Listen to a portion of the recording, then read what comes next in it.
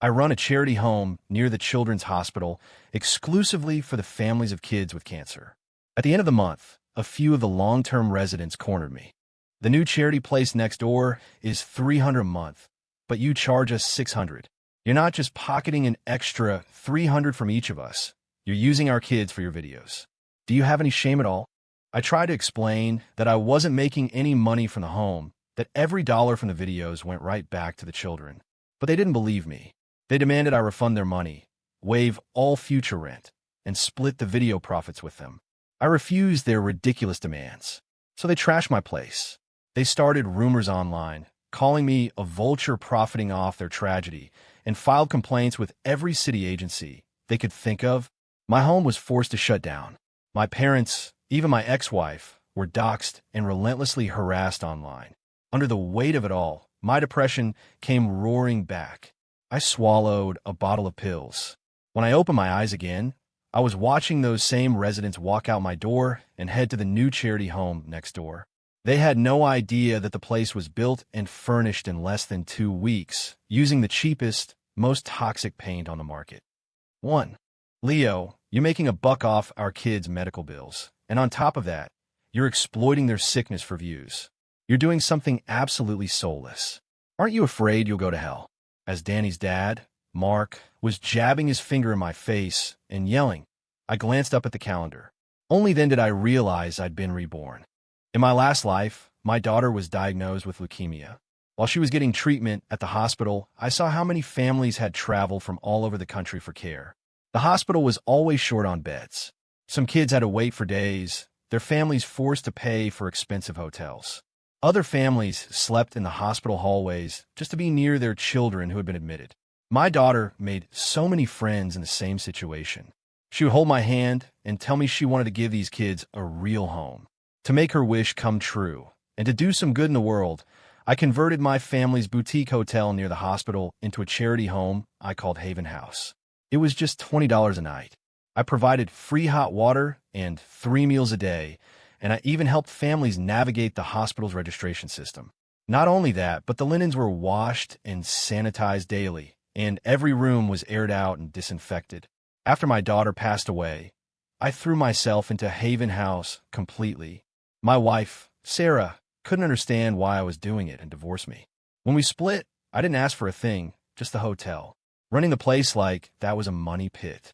After I burned through all my savings, I started making short videos for TikTok. To my surprise, the first one blew up. People started sending donations, and I organized everything and gave it to the families of the sickest kids at the hospital. As my account grew, I took on a few brand deals, which was just enough to break even. But then just 2 months into it, the residents came to me, led by Mark. They said my rent was too high. The new place next door was only $10 a day, half of what I was charging. They demanded a refund and a cut of all my video revenue. Naturally, I refused such an insane request. So, with Mark leading the charge, they wrecked the place. They went on Facebook crying about how my videos were fake, that I was just using cancer kids as a gimmick and was actually disgusted by them behind the scenes. They filed complaints with every department imaginable: the fire department, the city tax office, health and safety inspectors.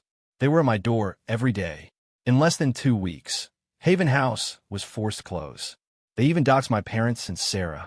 All their personal information was plastered online, and they were harassed by thousands of people. I couldn't understand it. I was trying to do something good, so why wouldn't anyone believe me? My depression spiraled, and one night, I took the pills. The suffocating feeling of being falsely accused with no way to defend myself was still caught in my throat.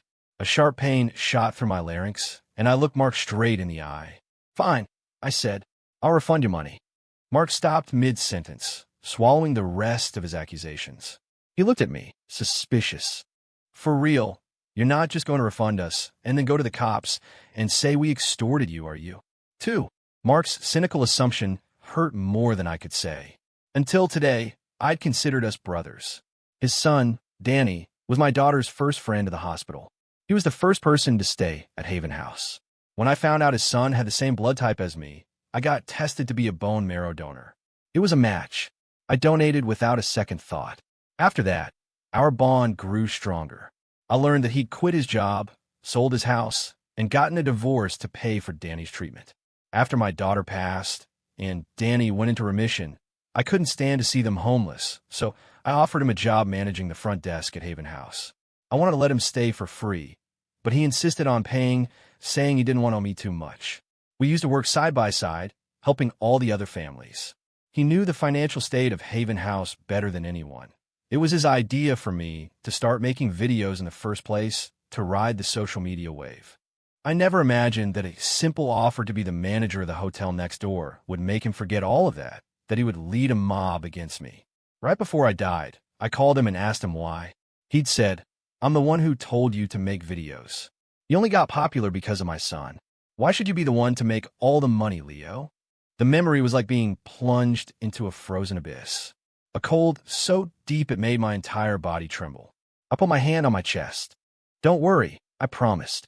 "Leo Carter is a man of his word." I called my part-time bookkeeper and told him to come down with a ledger to settle everyone's accounts.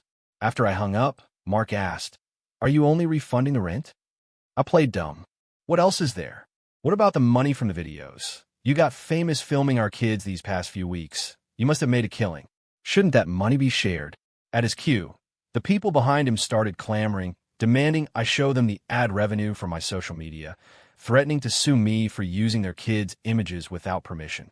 I led them to the conference room and projected my Creator Fund dashboard onto the big screen. Just then, the bookkeeper arrived with a ledger. I held it up. "Everything donated by kind people online was given directly to you, and the records are all right here in this ledger. Anyone who doubts it is free to check the books. The ad revenue isn't much, and only a few of your kids have ever been on camera. I will split the profits among those families, and then I will delete the videos and shut down the account. Is there anything else you're not satisfied with?" The bookkeeper shot me a worried glance. "Boss," he whispered, "if we refund all of this, we won't have enough money." I looked out at the room full of people and said loudly, "Don't worry, everyone. Even if I have to take out a loan, you will all get your money back." As soon as I said that, a few faces in the crowd flushed with shame. They hadn't expected me to agree so easily, and they were starting to realize how low they had sunk. Someone tried to smooth things over. "Look, Leo, it's not about the $10 a day. You know, we're not rich like you. For us, every single penny has to count." I nodded. I understand how everyone feels. But since we've already gotten to this point, let me be perfectly clear. Once this money is refunded, I can't afford to keep Haven House open. I need you all to move out today. They all just stared at me, a sense of dread slowly dawning on them. "Move out today? That's way too sudden," one of them complained. "Yeah, we just wanted you to lower the rent, not kick us out. You can't just throw people onto the street." Another person tried to appeal to my sympathy. "Leo, we're used to living here. If you just adjust the rent, we can forget all this ever happened." They had the nerve to say that, and I was almost embarrassed just listening to it. I shook my head. "No, after I pay you all back, I'll be broke. The hotel is closing. You have to leave." That person's face turned red with anger. "What are you doing? Threatening us? You really think we have nowhere else to go? The place next door is way cheaper than yours." I just shrugged. "You're right. It's a better deal. You should all go there." Despite my words, no one made a move to leave. They weren't stupid. The place next door had just finished renovations and opened its doors. The smell of fresh paint and formaldehyde would be overwhelming. Most of the kids here had leukemia. Their bodies couldn't handle that. Just then, my bookkeeper told me all the transfers were complete. I announced again, right then and there, that Haven House would cease operations today, and everyone had to be out by the afternoon. Seeing that I was serious, they started to panic. "These kids are seriously ill," one woman shouted. "If you kick us out like this, who's going to be responsible if something happens to them?" I let out a cold laugh. "This is a charity home, not a hospital. I have zero responsibility. I don't care if the president himself shows up. This place is closing today. If you don't leave, I'm calling the police." They were stunned into silence, completely at a loss. That's when Mark finally stepped forward. "Everyone calm down. I've already taken care of a place for you to stay. 3. Mark pulled a stack of flyers from his bag and started handing them out. They featured pictures of the hotel next door with the words, $10 a night, 5-star chef printed in bold letters. Some of the parents still looked worried. "It's a brand new hotel. What if the formaldehyde from the renovations hasn't cleared out yet? I don't want my kid getting sick. Don't worry about it, Mark said, thumping his chest confidently. I've already checked it out myself. The owner used all-natural, non-toxic paint.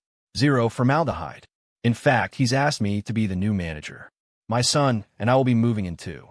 I guarantee you, there won't be any problems. He continued his sales pitch. The best part is they have professional medical staff on site, so if there's an emergency, they can handle it right away.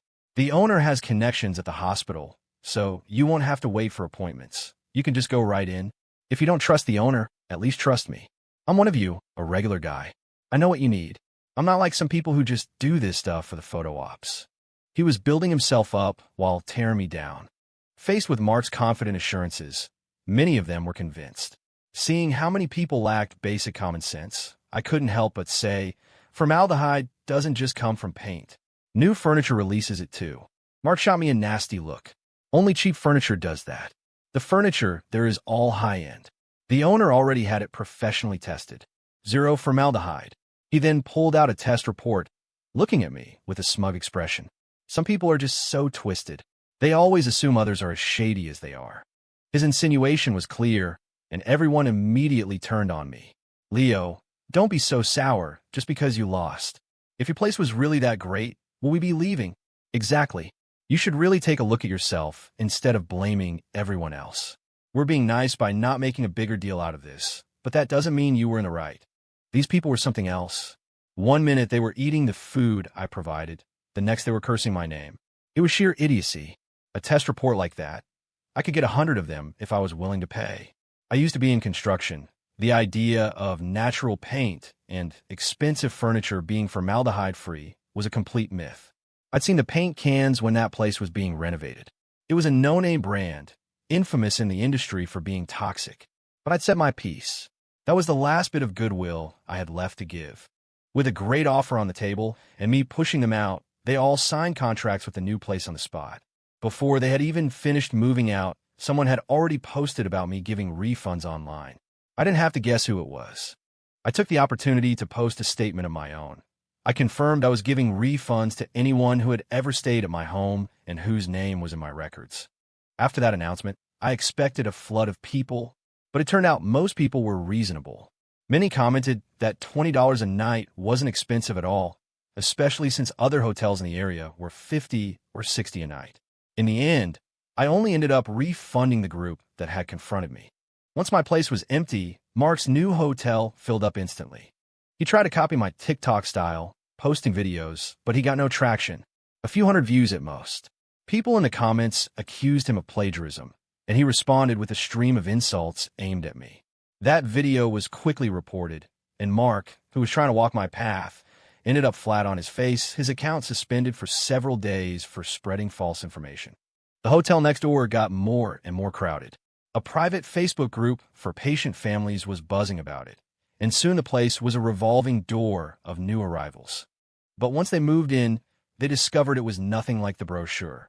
Hot water and 3 meals a day were provided, but you had to pay for them. There was no central heating, and the air conditioners were just for show. Still, for $10 a night, they chose to ignore these problems. I closed down Haven House and let my staff go. I was thinking about selling the building when a man showed up at my door.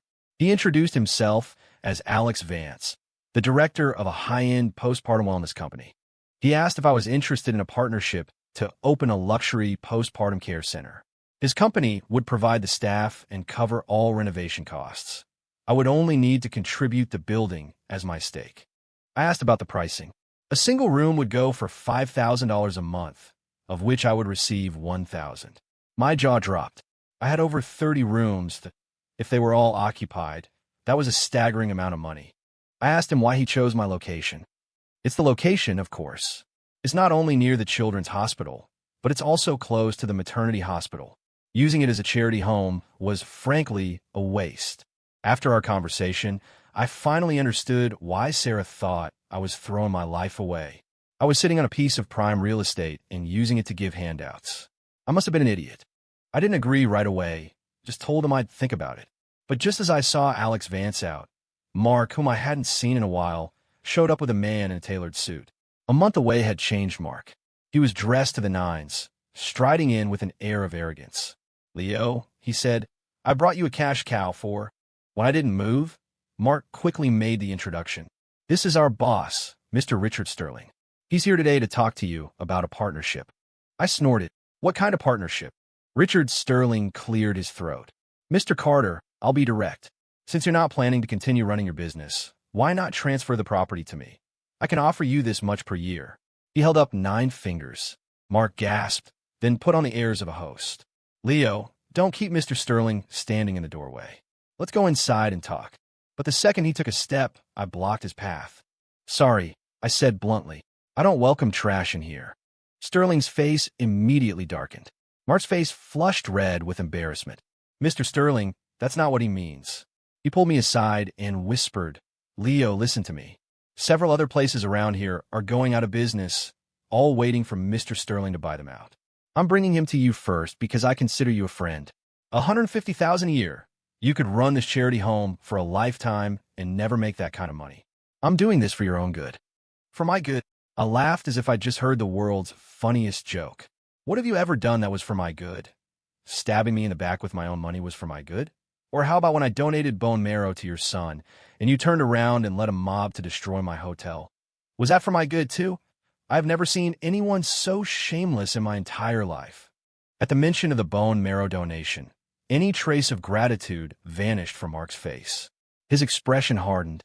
"You donated that bone marrow voluntarily. I didn't force you. You don't get to hold that over my head forever. And without me, your charity home would have gone under years ago. I paid back any debt I owed you." His words were a knife to the heart.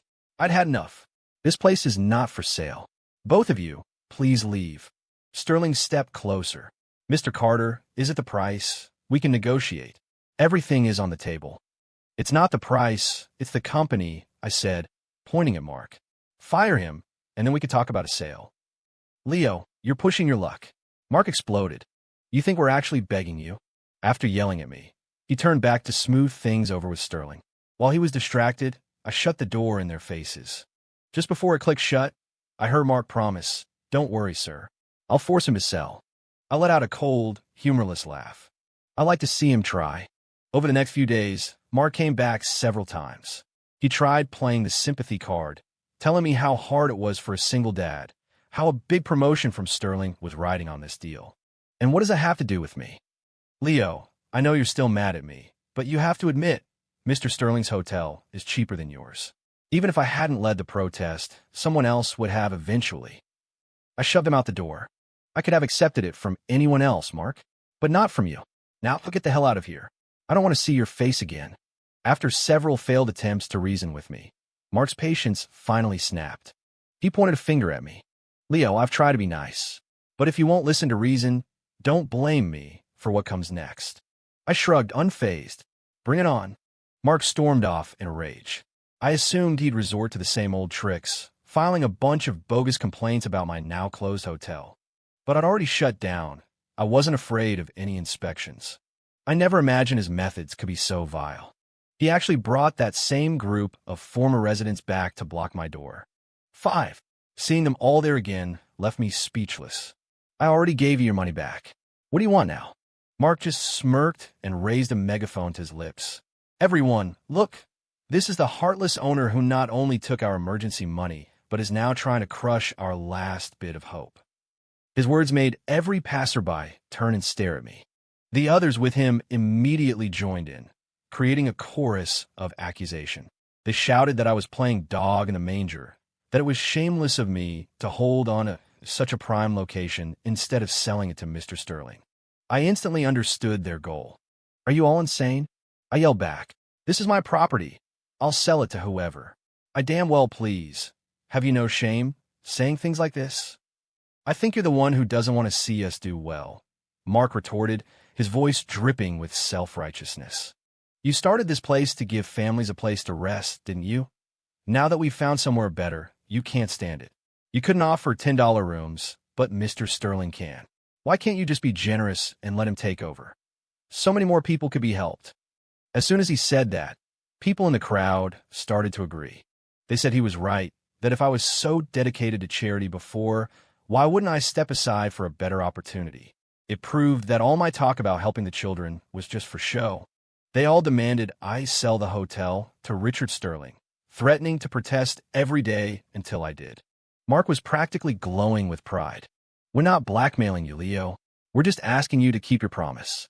You said you would dedicate your life to helping children with cancer, so you should honor that commitment. His words were so absurd, I had to laugh. And you're so sure that if Sterling buys my hotel, he won't raise the prices, that he'll keep it at $10 a night? My voice rose, cutting through the noise. Let's just talk about my place.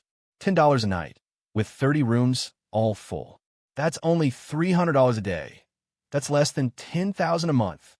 But he's offering me $150,000 a year in rent. Is he an idiot? Of course not. His plan is to create a monopoly on all the charity housing here and then jack up the prices. Once I laid out the math for them, some people started to see the logic. Even if Sterling was a philanthropist, he could use that $150,000 to directly help cancer patients instead of buying my property. The crowd began to murmur, their certainty wavering. Seeing things spiral out of his control, Mark shouted into the megaphone, "Don't be fooled by this scam artist. Mr. Sterling is rich. He's buying up the surrounding properties because he genuinely wants to do good. Without him, there would be no $10 hotel. Don't believe a word he says. Leo Carter is just trying to slander a better man because he can't compete. He has no shame." His voice drowned out everyone else's, and incredibly, some people started to believe him again. They were convinced Richard Sterling was a true philanthropist, and they started yelling at me to sell the hotel and stop breaking everyone's hearts. Their voices grew louder and louder, and I felt a wave of helplessness wash over me. Mark looked at me, triumphant.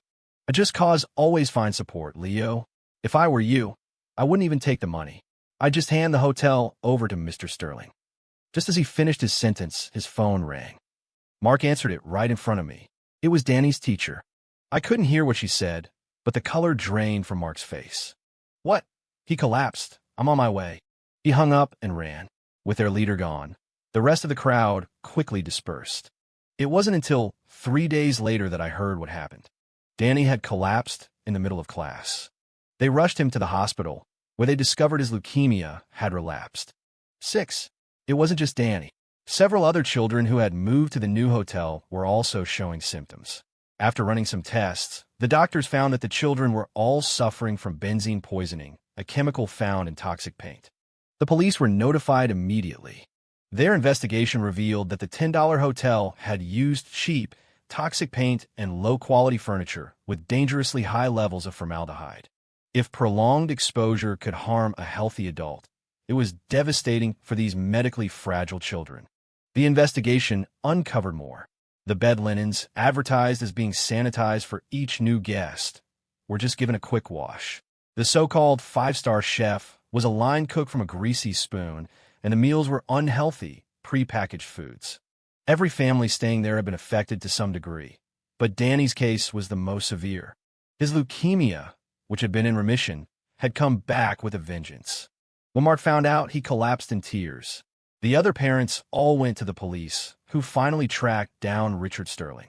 Sterling admitted to using substandard paint, but denied that it was the cause of the children's health problems. He confessed that his only goal in opening the $10 hotel was to drive my charity home out of business.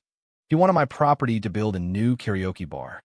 He'd had someone contact me, but I wouldn't budge, so he resorted to this dirty trick. He wasn't short on cash. He was willing to pay the fines, but refused to offer any compensation. If any of the parents had a problem with that, they could sue him. That's when I learned that Sterling owned a chain of nightclubs and had powerful connections, not to mention a team of corporate lawyers. Suing him would be a long, exhausting, and expensive battle with a high chance of ending in failure. After all, these kids are already sick. It would be nearly impossible to prove that the paint was the direct cause of their worsened conditions. After giving his statement, Sterling vanished. The $10 hotel was shut down, and he was never seen again. The furious parents, with nowhere else to direct their anger, turned on Mark. After all, he was the one who had convinced them all to move there. They cornered him outside the hospital, demanding answers. Mark dropped to his knees. "I didn't know," he cried. "If I had known the paint was toxic, why would I have moved in? My own son is lying in a hospital bed right now. But no one believed him. You were the manager of that hotel. You expect us to believe you didn't know? You definitely took a bribe from that man. And as for your son, he deserves it. That's right. He deserves it. You'd profit off something like this. Your soul is completely rotten. Now our kids are sicker than ever. Haven House is gone, and all the other hotels have raised their prices. We can't even afford to eat. This is all your fault. The crowd grew angrier with every word, and they started to shove and hit Mark. It was mostly a group of mothers, and their blows were clumsy but full of rage. He cried out in pain as they swarmed him. The commotion attracted the hospital security guards. Seeing them approach, the crowd scattered. A guard helped Mark to his feet and asked if he was okay. Mark just shook his head and stumbled away. Then he looked up and saw me. He ran over and fell to his knees in front of me. "Leo, please, save my son. His leukemia is back. Please, donate your bone marrow to him one more time." His face was swollen and bruised. Tears streamed down his cheeks, and his sobs were wretched. Seeing him like this, I felt a grim satisfaction. "Donate to your son? Why should I? Have you forgotten everything you did to me?" Mark froze, then started begging again. "It was all my fault before. I was fooled by that monster Sterling, I swear. I had no idea how bad that place was. Leo, you're a good person. Don't you remember how close your daughter and my son were? You wouldn't want to disappoint her, would you?" The mention of my daughter was a fresh stab of pain. She was the center of my world. After she died, I fell into a deep depression. Haven House was the only thing that pulled me out.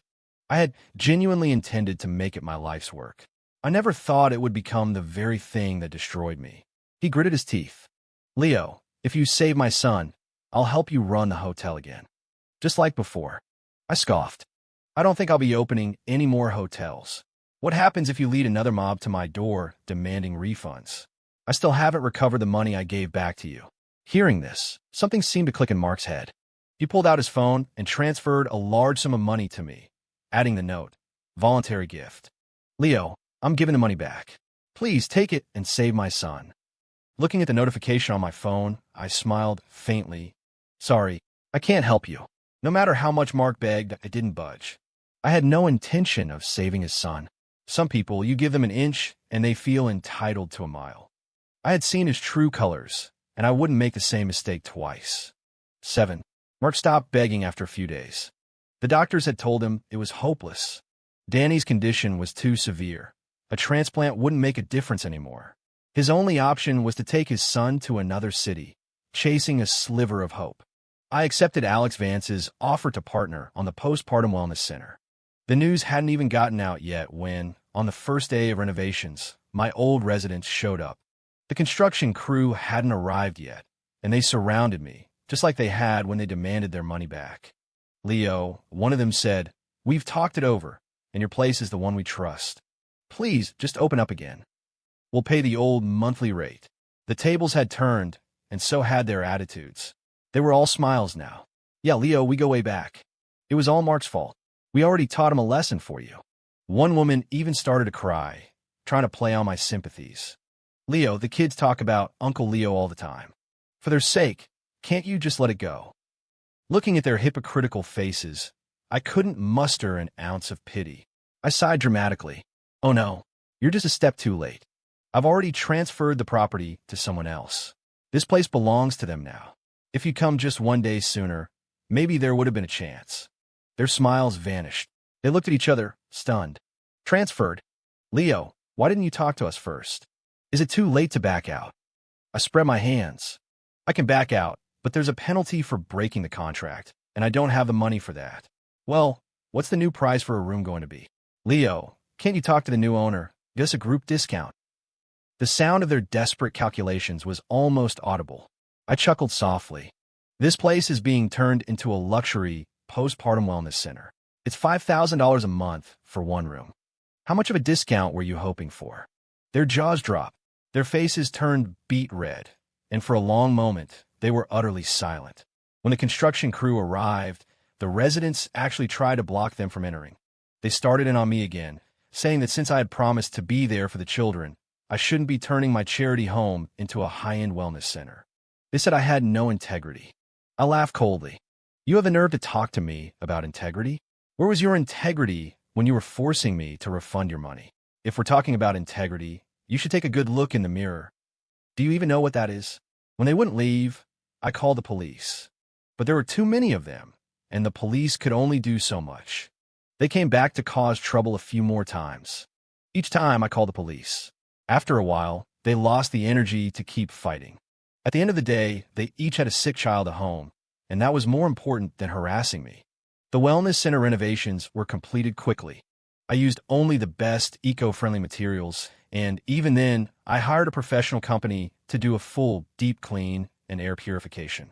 Just as we started promoting the opening, one of my new staff told me someone was spreading rumors online. They were saying I was a greedy monster who had shut down a charity to open a cash grab business for the rich. Before I could even respond, the internet did its thing. A few online sleuths dug into the story and uncovered the entire truth. How the residents had forced me to give them refunds, how they suffered the consequences of their own choices, and how they had tried to blackmail me into reopening. The whole ugly story disgusted people. $20 a night with free meals, and these people still weren't happy. You can't even stay overnight at a gaming cafe for $20 anymore. They bit the hand that fed them. They got what they deserve. This is why you can't be too nice. People will always take advantage. The story caused a huge stir, and many of the other families who had stayed with me over the years came forward to defend me. As the story evolved, my own background came to light. People were moved to tears by what I had been through. They felt I had been deeply wronged, and overnight, my new wellness center was flooded with bookings. While the story was still trending, I went to the police and filed a report for slander. It didn't take them long to find the person behind the smear campaign. As I expected, it was Mark. Danny had passed away. Mark blamed me for everything and had created the false narrative online. I pressed charges, and he couldn't escape a prison sentence. Life eventually returned to normal. My wellness center became a huge success, and I made more money than I ever had before. It was only later that I learned the truth. Alex Vance, the man from the wellness company, was a friend of my ex-wife, Sarah, and back when I was struggling to keep Haven House afloat with my videos, it was Sarah who had been secretly paying for promotions to boost my account. No wonder my videos had taken off while Mark's had gone nowhere. I still help children with cancer. Mark may have hurt me, but I know that not everyone is like him. 3 years later, Sarah and I remarried. We had a little girl who looked just like the daughter I had lost. This time, she would grow up safe and sound.